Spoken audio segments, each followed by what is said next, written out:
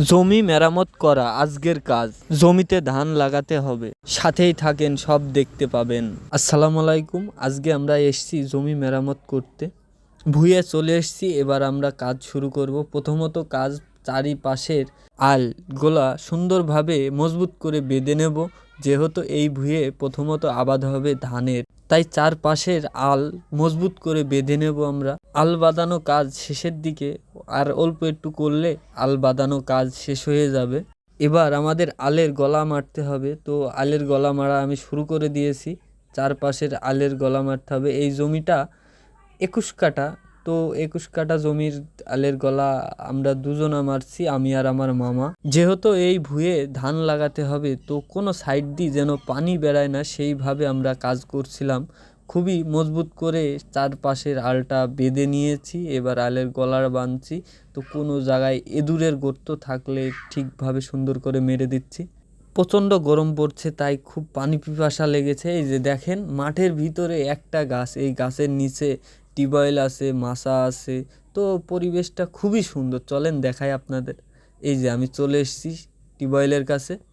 টিউবওয়েলের কাছে যখন চলে এসেছি, এবার আমি সুন্দরভাবে হাত মুখ ধুয়ে নেব। প্রচণ্ড গরম, এই গরমে কোদালের কাজটা একটু খুবই কঠিন, তারপরেও কাজ করেই যাচ্ছিলাম। নিজের কাজ যেহেতু ধান লাগাতে হবে। মাচাটা দেখেন, মাচাটা অনেক সুন্দর, জায়গাটা আমার খুব ভালো লেগেছে। তো ভাবলাম মাচাতে বসে একটু রেস্ট করে নিয়ে আবার গিয়ে কাজ করব। তো এখানে খোলা বাতাস, খুবই সুন্দর বাতাস ছিল। আবার ভুঁয়ে চলে এসেছি। এসে এবার জমিটা মাপতে হবে, মেপে 3টা ভাগ করতে হবে। তাই আমি প্রথমত একটা পাট ছিল, পাটটা হাত দিয়ে 4 হাত মেপে নিয়েছিলাম।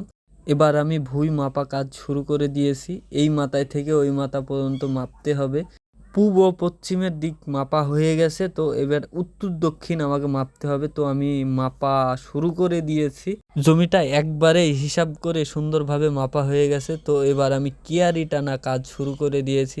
যেহেতু এই ভুঁয়ে ধান লাগাতে হবে, কিয়ারিগুলো খুবই মজবুত করে বাঁধছিলাম। তো দেখা যাক কতক্ষণ লাগে আমার কিয়ারি বাঁধতে।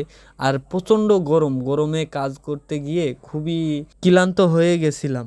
জমিটা ঢাল গড়ান, তাই খুব ঘন ঘন করে আমাকে কিয়ারি দিতে হচ্ছিল। আর যেহেতু ধান লাগাতে হবে, পানি না থাকলে তো ধানটা ভালো হবে না, তাই খুবই মজবুত করে কিয়ারি বাঁধার খুবই চেষ্টা করছিলাম। তারপরেও খুবই সুন্দরভাবে মজবুত করে কিয়ারিগুলো বাঁধছি। আমার কাজ প্রায় শেষের দিকে, কিছুক্ষণের ভিতরে আমার কাজ শেষ হয়ে যাবে। আলহামদুলিল্লাহ কাজ শেষ করে ফেলেছি, তো নিজের কাছে অনেক ভালো লাগছে।